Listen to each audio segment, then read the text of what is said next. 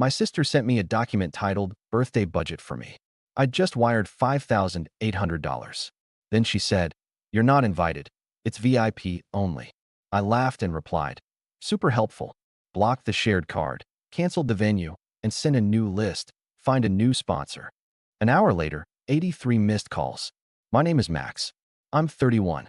I'm the oldest, the quiet one, the person who remembers everyone's shoe sizes and Wi-Fi passwords and ends up paying for the Uber because it's easier if you do it. In our family, my sister, Tessa, is the sun. She walks in, everyone turns. I walk in, I'm already standing in the kitchen cutting limes. I work in operations for a logistics company. Nothing glamorous. I make lists. I set reminders. I fix things before they break. At home, that turned into a personality. Ask Max. He'll know. Which slowly shifted into, ask Max. He'll cover it. We're not rich. We're not struggling either. My parents own a small landscaping business. Summers were me hauling bags of mulch while Tessa helped with social media. Guess who got paid in experience? I used to think it was normal. Every family has a favorite. Maybe I was fine being background if the movie kept rolling. Then I started noticing how often my phone lit up for the same reason. Max, can you front me rent? I'll pay you Friday. Max, I forgot mom's copay. Max, the brunch place only takes one card. It was always small enough to feel petty if I complained. $40 here. $120 there. A temporary shared card added to my account for emergencies when Tessa's debit card got hacked. She left it in an Uber. I told myself boundaries could wait. I told myself family first. I told myself I was being a good brother. 2 Fridays ago, I was in my apartment making pasta and answering emails when a Google Doc pinged into my inbox. The title made me laugh out loud at first because it read like a joke. Birthday budget for me. I opened it. It wasn't a joke. Lines and bullet points. Pink font. Emoji headings. Venue, Loft $3,400. Max to book. DJ, non-negotiable $1,200. Max. Catering, tapas, $2,800. Max. Outfits, me plus 2 changes $900. Maybe mom. Photo booth, neon sign $600. Max can get discount. Bottle service, VIP table TBD. Max will figure out. Surprise cake, $180. Dad. Decor, $450. I'll pick. Max pay later. Under that, a list of deliverables with dates. My name was next to most of them. There was even a note in parentheses.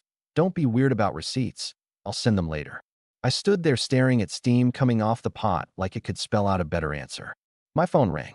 Tessa's face filled the screen with the filter-smooth glow she always has on. "Hey, just sent you the doc," she said, like she'd sent a grocery list. "You're the sponsor. You know, like you always say, you want me to feel special this year." I said that. I asked. "On New Year's." "You said, let's make your 30th big." She was already chewing gum. "Anyway, I need to lock the loft by noon tomorrow. I told them you'd wire the deposit tonight." I hadn't said anything yet. I was still processing the part where my name had become an ATM pin. I watched her blink at herself on the screen. "Also," she added, a little smirk, "don't invite any of your work people. It's VIP only. You know, my crowd." Something in my chest went flat. I wasn't even on the guest list for the party I was being asked to fund. A second beep. Dad on the other line. I let it go to voicemail. The pasta overcooked. Tessa kept talking. "Mom says not to be dramatic," she said. "It's just money, Max. You're good at money." I pictured all the times she'd said that with a shrug, like budgeting was a party trick I could do after dessert. "I'll look at the doc," I said. "Perfect." She leaned in closer to the camera like she could hug me through the phone. "You're the best. Don't make this complicated. It's my 30th. Then she said it again, but softer, like it was a kindness. "It's VIP only." When the call ended, I stared at the ceiling and listened to the building's old pipes knock. My email pinged again. Reminder, payment details attached. I didn't click it. I put the pasta in the trash and washed the pot. My hands kept moving like they always do when my head wants to stop. Later that night, I drove to my parents' place to drop off a spare charger Mom borrowed months ago. I walked in, and she was at the sink, smiling like a host. "You got the document?" she asked, too casual. I did. She wiped her hands, then patted my shoulder. "Good. Don't make it a thing." Behind her, Dad didn't look up from the game. "It's her big day," he said. "You always say you've got her back." I stood there with that charger in my hand like a prop. Tessa wandered in from the hallway in an oversized hoodie, glanced at me, and said without turning her head, "Don't be weird, Max." It's just the budget. And that was the first time I heard the sentence I wouldn't stop hearing for the next week. Don't be weird. It's just money. I didn't become the family sponsor in one day. It happened like interest on a card you forget to cancel. When I was 19, Tessa got a parking boot because she didn't see the signs. I paid it because she was crying and finals were coming. At 22, her first apartment fell through because she'd misunderstood the deposit. I put it on my card because it was just to hold it. At 24, she got laid off for a month and I floated her rent because it would ruin her credit otherwise. At 27, she wanted to start a gifting boutique on Instagram and needed seed money for inventory. I gave her $1,300 with a simple spreadsheet labeled loan, Tessa, repay plan. She sent back a picture of a candle with Boss Babe written on the jar and never opened the sheet. Family doesn't do invoices, Mom said when I tried to bring it up. Don't nickel and dime your sister, Dad added. So the debts became stories. Stories became expectations. Expectations hardened into roles. Meanwhile, I was building my own boring little life.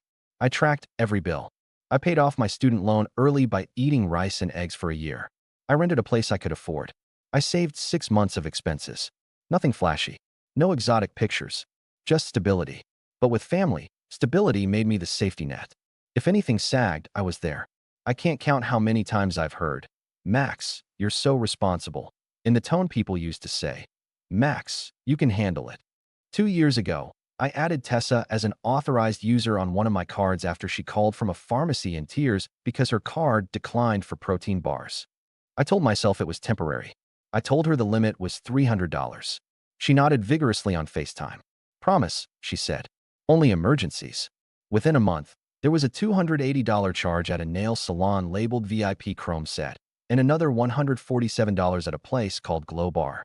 When I asked, she said, "Self-care is an emergency." She sounded so sincere that I let it slide. I lowered the limit.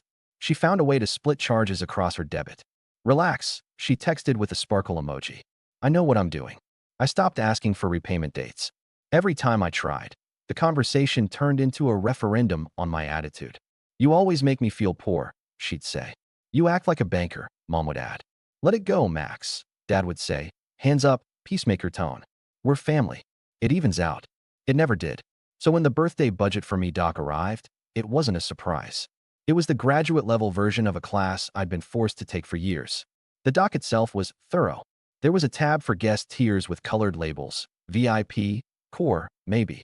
I was in Core, but next to my name, in parentheses, work vibe, not party vibe. There was a tab called Asks with deadlines. There was even a script for me to use when calling vendors, like I was her manager. "Say hi. I'm Max. I'm handling payments for Tessa's 30th. We can process today if you waive the 3% fee." There was a voice memo attached where she said, "Max, don't overthink this. You know I can't deal with details. You're good at them. Be helpful." I wired the venue deposit that night. $3,400. It felt like muscle memory. I moved $2,400 in savings around to cushion the hit. I told myself it was fine because Dad had said he'd handle the food, and Mom said she'd cover decor. Then Dad texted me, "Food vendor wants payment in full to lock price. Can you front it? I'll Zelle you right away." I sent $2,400 because arguing with Dad at 11:52 p.m. makes me feel 12 again.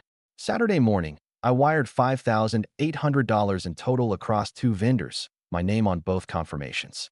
I made myself coffee and opened the doc to check off the boxes. That's when a new comment appeared from Tessa at the top. "FYI, Max, dress code is strict. You can come to the pre-party to help set up, but actual party is VIP only." I stared at the words. Pre-party. Help set up. Not invited. I waited for the follow-up text that said kidding. It didn't come. Instead, Mom called to talk linens. "I'm thinking rose gold," she said. "But not too gold. Tasteful. Am I actually not invited?" I asked. She paused. "Oh, honey. Tessa's friends can be particular. You know how you get about noise and crowds. It's better this way." "I'm paying for it," I said. It sounded stupid out loud, like pointing out gravity. "Don't be transactional," she said. "It ruins the vibe." I told myself to breathe. I told myself to pick battles. I picked napkins. In the group chat, Tessa sent mood boards and captioned everything super helpful. When I asked a practical question, "What about guest parking?" she responded with a heart and said, "Super helpful," like I was an assistant nailing my KPIs. That night, She came by my place to borrow a steamer and left with my steamer, my spare extension cords, and my measuring tape. Don't be weird about this, she said, hugging me at the door. It's just my 30th. You can do something for your birthday next year. I turned 31 in March, I said. Oh, she blinked. Right. The next morning, I woke up to a new doc in the folder, run of show. It had timestamps. 6 p.m. load in. 7:30 golden hour photos. 8 o'clock Tessa entrance with sparkler wall. 10 o'clock VIP toast. 11:11 angel numbers shot. At the bottom, in bold, payment balances due Friday at 3 p.m. Max knows. There was a smiley face. I kept waiting for anyone, to notice how insane this was. Dad just asked if I could pick up dry ice because it's cheap if you know where to look. Mom wanted to know if I could print table numbers at work. Tessa added 2 more vendors, confetti cannon guy and champagne tower rental. Budget is getting tight, I texted. Don't be scarcity-minded, she replied. It's bad energy. That afternoon, she sent the line that finally hit bone. By the way, I had to tell the venue you're not staying for the party. It's VIP only. You'll make sure everyone gets inside, and then, head out. Love you. I didn't answer. My hands went cold. In the mirror, my face did that thing it does when I'm upset. Blank, like a screen that's frozen on the home page. I have a tells list in my phone for when I need to check myself. Jaw tight, shoulders up, breathing shallow. All 3 were lit. I drove to my parents again. The house smelled like bleach and lemon. Tessa was at the table with swatches, Mom arranging fake peonies. Max, Mom chirped. Pick a blush. Tessa didn't look up. Did you send the DJ his retainer? He's threatening to release the date. I sent $5,800 yesterday, I said. I'd like to talk about the invite. Don't be literal, she said, finally glancing up. It's my birthday. It needs to be curated. Dad walked in with a bag of ice. Max, help me with the cooler. I stood there, feeling that old, familiar tug. Be helpful or be difficult. Open your wallet or open your mouth. I reached for the bag of ice. Tessa smiled, satisfied, and said to Mom like I wasn't there, he knows his role. And for the first time in a long time, the sentence didn't slide past me. It stuck. It stayed. He knows his role. The breaking point wasn't fireworks. It was a Tuesday at 6:12 p.m. in my living room with the hiss of my radiator and the neon from the bodega across the street flashing open. The DJ texted, need full payment by Friday or I release date. No exceptions. The venue emailed, final headcount and balance due Thursday, 3 p.m. Tessa pinged the doc, adding 12 more VIPs. Shouldn't change budget too much. I called a meeting. I never call meetings. Group chat, 1:03 p.m. Dinner at mine. 6, non-negotiable. Mom sent a thumbs up. Dad replied, traffic. Tessa wrote, make it quick. Fittings at 7:30. They arrived like we were late to a show. Tessa dropped a garment bag on my chair and started opening my cabinets. Do you have sparkling water? She asked. Sit, I said. My voice surprised me, flat, calm. I put my laptop on the table and opened the doc. I'd added a new tab, payment sent. Line by line, I'd listed the amounts, dates, vendors. Total at the bottom, $5,800 already out. $4,450 pending by Friday. Another $600 for surprise candles I refused to click on. Mom glanced at the total and winced like at a bright light. Dad folded his arms. Tessa didn't look. I'm closing the shared card, I said. Mom's head snapped up. Don't be dramatic. It's not dramatic, I said. It's math. Tessa laughed, like I'd told a dry joke. Max, you promised. I didn't, I said. And even if I had, promises made under pressure don't count as consent. Dad frowned. Pressure? From who? From you? I said simply. From all of you. There was a small silence. It wasn't that anyone was shocked. I think they were irritated that I'd said the quiet part out loud. Tessa flipped her hair. Okay, but you already sent money. You can't back out now. That would literally ruin everything. I'm not backing out, I said. I'm stopping. Different verbs. Same effect, she said. You're sabotaging. I'm setting boundaries, I said. You're calling it sabotage because you're used to me not having any. Dad pointed at the laptop. Just finish this week, and we'll settle up after. Like we settled up the boutique? I asked. The nail emergency? The rent floats. Mom looked offended. Are you keeping a ledger? Yes, I said. Because no one else is keeping track of my life, but me. Tessa rolled her eyes. God, you're so clinical. This is a memory, Max. You want me to look back at my 30th and think my brother was stingy. You want me to look back and think my sister made me pay to stand outside. Her face twitched. It's VIP only. I know. My voice stayed even. So here's what's going to happen. I'm closing the authorized user card tonight. I'm canceling the venue. My name is on the contract. I'll eat the deposit. That's on me for not thinking it through. I'm informing the DJ we're not moving forward with my card. I'm sending you a new list with the subject line, find a new sponsor. Mom's mouth fell open. You wouldn't dare. I already did, I said. The emails were scheduled for 2 minutes from now. I'd type them with coffee in a steady hand. Tessa laughed, too loud. You're bluffing. My phone buzzed. A trio of dings. 3 emails sent. I let the sound hang in the air. Dad stepped forward. Max, this is family business. Exactly, I said. Which is why I want to say this to your faces and not in a text. I love you. I'm done paying to be in a room I'm not allowed to enter. I'm done being useful in exchange for being invisible. Tessa's eyes started to shine, not with tears, with anger. You're punishing me. No, I said. Mom grabbed my arm, nails sharp. You are ruining your sister's birthday. I took a breath. Tessa, if you want a $9,000 party, you can have a $9,000 party. Use your savings. Ask your friends. Ask Dad. Ask Mom. But you can't ask me and then tell me I'm not invited. That's not a party. That's a purchase. And I'm not buying it. She blinked like I'd slapped her. You're being cruel. I'm being clear, I said. Clarity feels like cruelty when you're used to chaos. Dad's voice went low. If you press send on those emails, don't come to my house this week. Then I won't, I said, and it came out steady. But I hope you'll still come to mine when you want to see me and not my wallet. Tessa grabbed her garment bag. I knew you'd make this about you. I almost laughed. It already was. She stormed out. Mom followed, muttering unbelievable. Dad stood there a second longer, like he wanted to say something older and kinder. He didn't. He closed the door a bit too hard instead. I stood in the quiet, listening to my radiator hiss again. Then I opened my banking app and removed Tessa as an authorized user. I sent one final email to the vendors. Please direct future communication to the client, Tessa, last name. I attached her phone, her email, her Instagram. Then I texted Tessa the new doc, find a new sponsor. It had 3 bullet points. Scale down.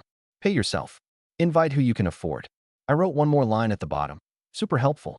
And then I put my phone face down. It didn't stay quiet for long. 12 minutes after the emails went out, my phone started buzzing.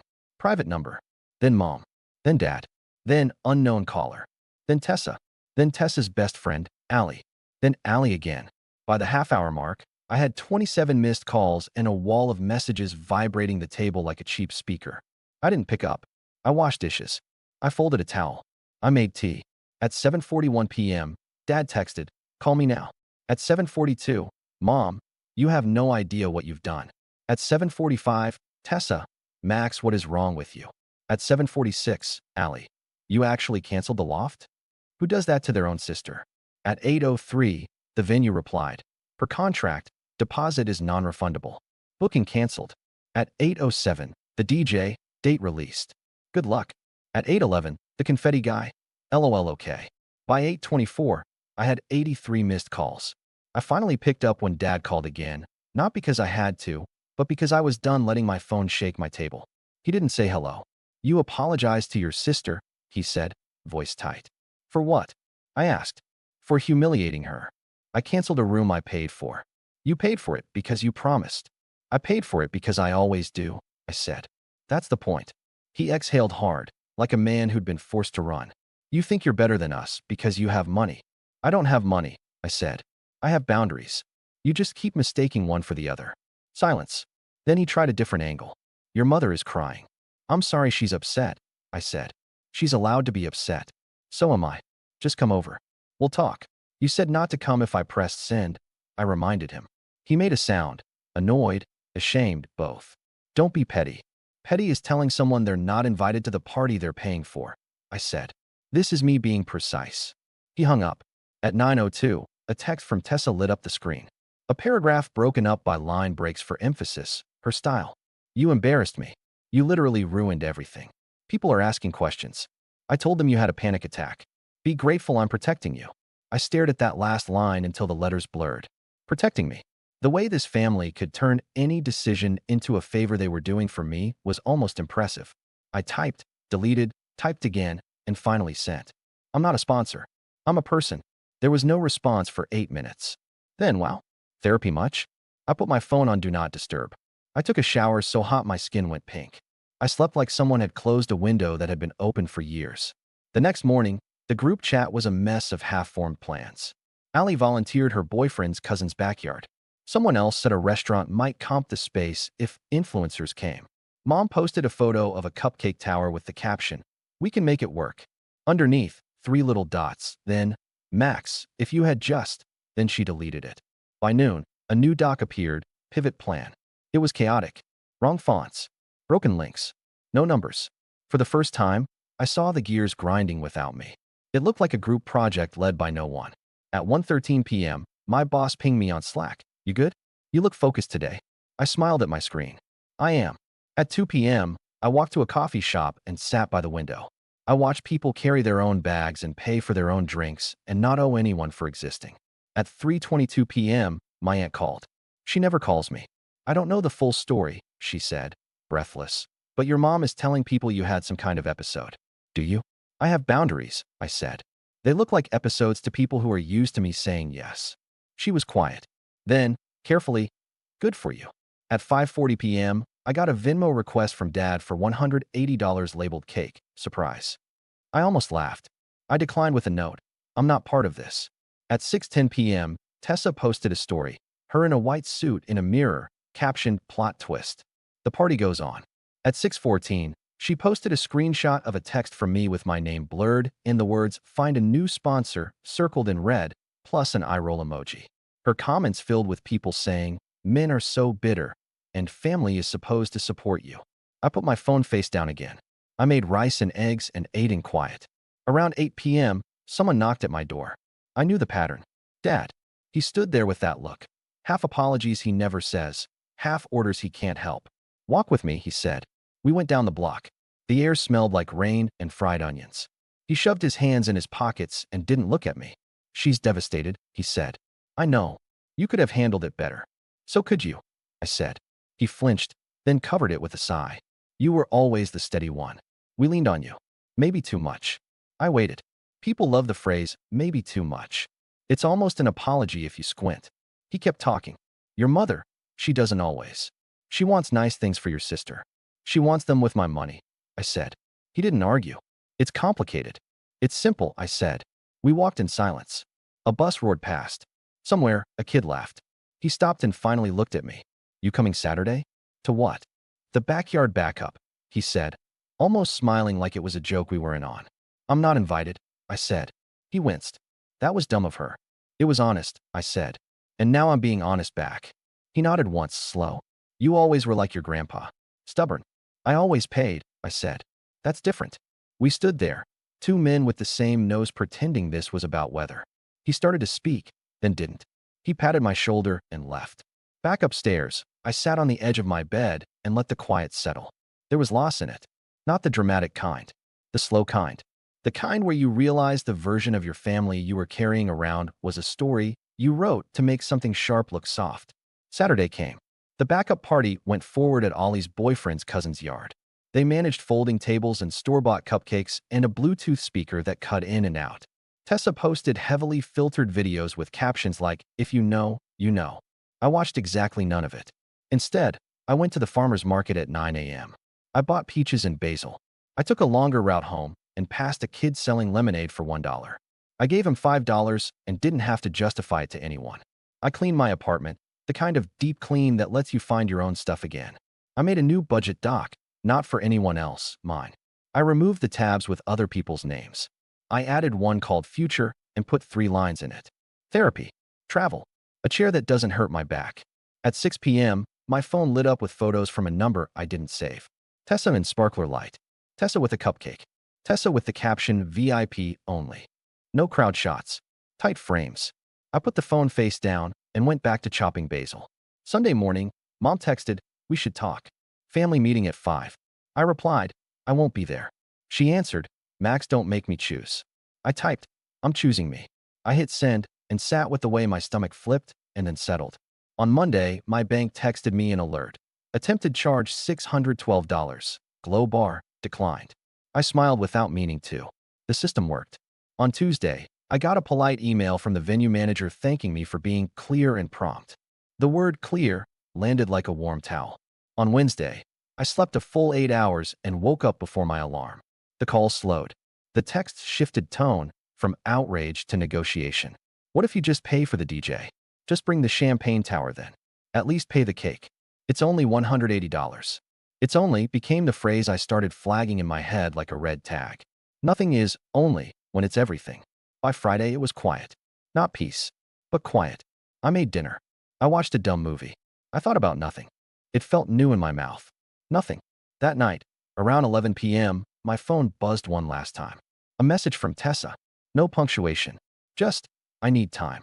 I stared at it for a long moment. Then I wrote back, me too. I put the phone down, turned off the lamp, and fell asleep fast.